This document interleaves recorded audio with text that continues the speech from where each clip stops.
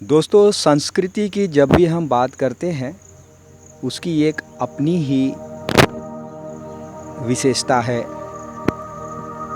रीति रिवाज और परंपरा के तहत आज पूरे विश्व में अलग अलग समाज के लोग अपने अपने तरीके से अपने चीज़ों को आगे बढ़ाने का कार्य करते हैं। दोस्तों नमस्कार, मैं विलेज राइडर चैनल की ओर से एक बार पुनः आपको दक्षिण बस्तर के एक और गांव की ओर लिए चल रहा हूं, जहां पे आप देख पाएंगे कि कैसे गोंड समाज विवाह से पश्चात अपने रीति रिवाजों का वहन किस प्रकार से करते हैं।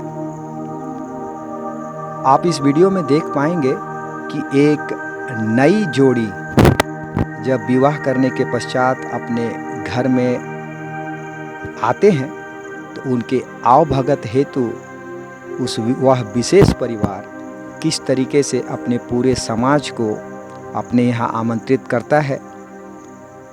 ढोल और नाच के साथ वो चीज़ों को आगे बढ़ाते हैं।